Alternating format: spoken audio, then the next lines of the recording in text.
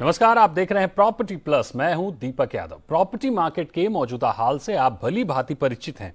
Corona ने जिस तरह से देश भर के रियल एस्टेट प्रोजेक्ट पर असर डाला है, डेवलपर्स को झटका दिया है, उसने घर खरीदारों को एक बार फिर उस विषय पर चिंतन करने को मजबूर कर दिया है, जो विषय हर उस होम बायर के दिलो दिमाग में अटका है जो रहता तो किराए के मकान में है लेकिन अपना घर खरीदने की तैयारी कर रहा है। बिल्कुल ठीक अंदाजा लगाया आपने। आज हम प्रॉपर्टी प्लस में बात करने जा रहे हैं बाय वर्सेस रेंट की। देश भर में करोड़ों लोग अपने घर का ख्वाब पूरा करना चाहते हैं और इस ख्वाब को पूरा करने के लिए इंसान सबसे सुरक्षित, सबसे बेहतर विकल्प खोजता है। आज प्रॉपर्टी सेक्टर के जो हालात हैं, फिर चाहे वो प्रॉपर्टी के भाव हों, होम लोन की ब्याज दरें हों, लुभावने ऑफर हों या तमाम दूसरे कारण, सबसे बड़ा सवाल यही है कि क्या मौजूदा वक्त में अपनी पूंजी को घर खरीदने में लगाना ठीक है या फिर किराए के मकान में रहते हुए दूसरे सुरक्षित विकल्पों की ओर निवेश के लिए देखना चाहिए। आप अपना घर खरीदने के फैसले में तमाम समझदारियां दिखाते हैं, लेकिन कहीं ना कहीं भावनात्मक जुड़ाव हावी रहता है।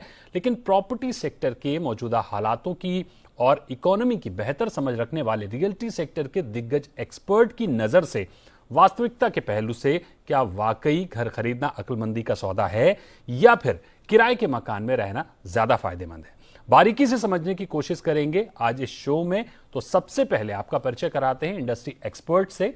हमारे साथ जुड़े हुए Naushad Panjwani, founder and managing partner Madras Partners. Saurabh Garg हमारे साथ जुड़े हो, को फाउंडर NoBroker.com।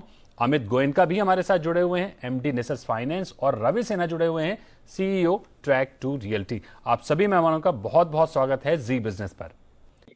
अमित जी, आपके पास आना चाहेंगे। मौजूदा हालातों को देखते हुए प्रॉपर्टी के भाव, रेंटल यील्ड, होम लोन की ब्याज दरें, एप्रिसिएशन या फिर टैक्सेस, तमाम पहलुओं का आकलन करने के बाद आपकी नजर से आज प्रॉपर्टी खरीदना फायदे का सौदा है या फिर किराए पर रहना ज्यादा ठीक है? हम इस समय को अगर हम दो पहलू में देखें दीपक जी, तो एक तो कोविड काल से पहले का समय और एक आज का समय। अगर यही सवाल आप मुझे 2 साल पहले पूछते तो मैं कहता कि भाई 80 से 85% जो मार्केट है वो रेंटल की तरफ जा रहा है। को लिविंग की बढ़ोतरी हो रही है और काफी सारे शेयर्ड अकोमोडेशन या रेंटल हाउसिंग का बहुत बड़ा एक दमखम बन रहा था। मगर अब आज के अगर समय की बात करें तो इसमें कोई शक नहीं है, इसमें कोई दो राय नहीं बची कि ज्यादा करके लोग अब खुद का घर लेने की चेष्टा में लग गए हैं। जब तक खुद का घर प्राप्त नहीं होता उस दौरान हो सकता है रेंटल हाउसिंग में गुजारा करना पड़े, मगर ये बात तो तय है कि कोविड काल के बाद एक जो सहमापन आ गया था बायर के मन में, ऑक्यूपायर के मन में, कि अगर खुद का घर नहीं है, खुद की अगर रहने की जगह नहीं है सुरक्षित, तो इस कोविड काल को निकालना बहुत मुश्किल हो जाएगा। और इसीलिए कई सारे जो लैंडलॉर्ड्स हैं, जो प्रॉपर्टी ओनर्स हैं, उन्होंने भी काफी सख्त कंडीशंस लगा दी थी कि कौन प्रॉपर्टी ऑक्यूपाई कर पाएगा, किस टाइप के लोगों को प्रॉपर्टी ऑक्यूपाई करने देंगे, क्या वो कोविड के शिकार हो सकते हैं कि नहीं। तो क्लियरली आई थिंक ये बहुत बड़ा डिफरेंशिएशन है। अगर आप फाइनेंशियल नंबर्स को भी अगर आप स्टैकअप करें, एक तो प्रॉपर्टी प्राइसेस है वो काफी स्टैग्नेंट हो गई है, कई सारे इसमें राहतें भी दी गई, स्टैंप ड्यूटी की, अन्य GST की राहतें दी गई, तो ओवरऑल कॉस्ट ऑफ एक्विजिशन कम हुआ है। जो दरें हैं, होम लोन इंटरेस्ट रेट्स हैं, वो एक 10 साल में इतनी कम दरें हमने देखी नहीं है। उसके अलावा जो अगर आप देखें तो जो रेंट्स हैं वो 3-3.5% एवरेज यील्ड पर बैठते हैं। उसमें आप एस्केलेशन वगैरह जोड़ें तो क्लियरली आई थिंक ये बहुत बड़ा डिफरेंशिएटर है। ये इंडिकेटर है कि लोग अपने खुद के घर में रहने की अब चेष्टा में हैं। हैविंग सेड दैट, अभी जो मॉडल रेंट कंट्रोल एक्ट आया है, अगर ये इम्प्लीमेंट हो जाता है तो हो सकता है इससे थोड़ा सा टेनेंसी या रेंटल जो मार्केट है उस पर बिल्कुल फर्क पड़े। बिल्कुल अमित जी, इस टेनेंसी एक्ट पर बात करेंगे आगे हम, लेकिन बिल्कुल अमित जी, जिस तरह से रेंटल हाउसिंग को लेकर सरकार सक्रिय दिख रही है, तो क्या अब सेल प्रोजेक्ट के बजाय रेंटल हाउसिंग प्रोजेक्ट ज्यादा उनका दायरा बढ़ेगा और उनको पर्याप्त मात्रा में फंड मुहैया हो पाएगा, या अड़चने दिख रही हैं? क्योंकि अभी तक नए प्रोजेक्ट में भी फंड को लेकर तमाम दिक्कतें बनी हुई हैं। बहुत उम्दा सवाल है दीपक जी आपका। और रेंटल हाउसिंग को बढ़ावा देने के हेतु ही सरकार ने करीब 2 साल पहले ARCHS स्कीम का ऐलान किया था, अफोर्डेबल रेंटल हाउसिंग कॉम्प्लेक्सेस, जिसका एक ही उद्देश्य था कि जो लोअर वर्ग के लोग हैं, जो कम आर्थिक क्षमता की जो पॉपुलेशन है, स्पेशली माइग्रेंट लेबर, जो हमने देखा 2020 में बहुत बड़े पैमाने में लोग घर वापसी कर रहे थे, घर रहने की कोई सुविधा नहीं थी, तो इस हेतु एक ARCHS का ऐलान हुआ। ये एक सब्सिडाइज प्रोग्राम है जहाँ पे स्टेट और सेंटर के पार्टनरशिप के तहत आपको लैंड मुहैया की जाएगी, आपको सब्सिडाइज रेट पर आपको बैंकों को फंडिंग मिलने की आपको एक मुहिम है, उसमें एक प्लान है। आपको जो भी आप घर बनाते हैं उसमें गवर्नमेंट एम्प्लॉयज से लेके प्राइवेट सेक्टर के एम्प्लॉयज, जहाँ गवर्नमेंट खुद अपने लोअर वर्ग के एम्प्लॉयज को ऑफर कर सकती है एक स्पेसिफिक रेंटल यील्ड पे, और लाइकवाइज आप भी अपने प्राइवेट सेक्टर के लोगों को इसको ऑफर कर सकते हैं, जहाँ पे अंदाजा ये है कि आपको जो 2-3-4% का यील्ड मिलता है वो नहीं मिलके करीब 10 से 12% का आपको रिटर्न जनरेट हो। मतलब जिस कीमत पर आप पैसा बैंकों से उपलब्ध ले रहे हैं उससे कहीं ज्यादा आपको रिटर्न हासिल हो, ताकि डेवलपर का इंटरेस्ट बने।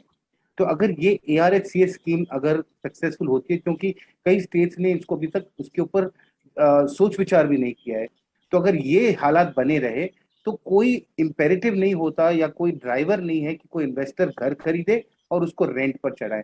इसका मतलब है rental stock, quality rental stock कम होता रहेगा। इस ज्यादा का ज्यादा लोग जो हैं वो अब ओन्ड हाउसिंग में ही प्रेफर करेंगे, सोसाइटीज प्रेफर करेंगी कि जो वहां पे रहते हैं वो सोसाइटी मेंबर्स हो, ओनर्स हो। तो क्लियरली डायरेक्शनल हमको दिख रहा है कि या तो पूरा एक रेंटल हाउसिंग कॉम्प्लेक्स बने जो पूरा भाड़ू के बेसिस पे, और एक ओन सोसाइटीज बने। तो ये एक पूरा सेगमेंट जो है वो फॉर्मलाइज हो रहा है दीपक जी। कैपिटल दोनों तरफ लग रहा है, मगर रेंटल हाउसिंग की तरफ कैपिटल नहीं के बराबर है, जो आपने एकदम सही फरमाया।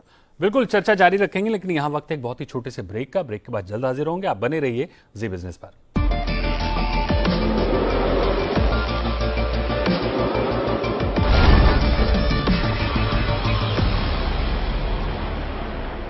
Welcome back. आप देख रहे हैं प्रॉपर्टी प्लस और आज हम बात कर रहे हैं प्रॉपर्टी प्लस में बेहद अहम मुद्दे की, और वो मुद्दा है बाय वर्सेस रेंट। यानी अक्सर होम बायर्स के जहन में जो एक धर्म संकट रहता है कि मौजूदा वक्त में प्रॉपर्टी खरीदना ज्यादा बेहतर है या फिर रेंट पर रहना ज्यादा बेहतर है, तो सबके अपने अपने फायदे, अपने अपने नुकसान हैं, और इन्हीं फायदे नुकसानों की समीक्षा कर रहे हैं, इनका आकलन कर रहे हैं। हमारे साथ इंडस्ट्री एक्सपर्ट जुड़े हुए हैं और चर्चा को आगे बढ़ाते हैं। Amit ji, bye versus rent पर आपका क्या रुख है?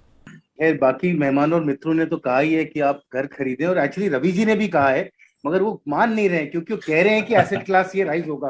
वो कह रहे हैं स्टॉक मार्केट अब पीक हो चुका है, अब नेक्स्ट जो उछाल है वो रियल एस्टेट में आएगी, और अगर आज आपने इन्वेस्ट नहीं किया और वो उछाल का फायदा नहीं लिया तो 10 साल बाद आने वाली है, तो अब कब खरीदेंगे? ये इन्वेस्टर के लिए सजेशन है, ये सजेशन है। रवि जी, आपने यही कहा है कि जिसकी आर्थिक मजबूरी नहीं है, जो इस समय खरीद सकता है, उसको जरूर इस समय घर खरीदना चाहिए, और मैं सहमत हूं रवि जी से भी। यानी पूरी चर्चा का सार निकालने की कोशिश कर रहे हैं। तो जो लोग धर्म संकट में हैं उनके लिए हमारे इंडस्ट्री दिग्गजों की राय है कि अगर आपकी जॉब सिक्योर है, ईएमआई को लेकर जेब मजबूत है, क्रेडिट रेटिंग अच्छी है, तो देर करना नुकसानदेह साबित हो सकता है। मौका अच्छा है, घर खरीदना इस वक्त श्रेष्ठ विकल्प है। लेकिन अगर आप पशुपेश में हैं, आपकी आर्थिक स्थिति उठापटक में है, तो रुकना बेहतर है। किराए का मकान बुरा नहीं होता है, और जो पैसा हाथ में है उसे दूसरे सुरक्षित विकल्पों में निवेश करें। हालांकि दोनों ही विकल्पों के अपने अपने फायदे और नुकसान हैं।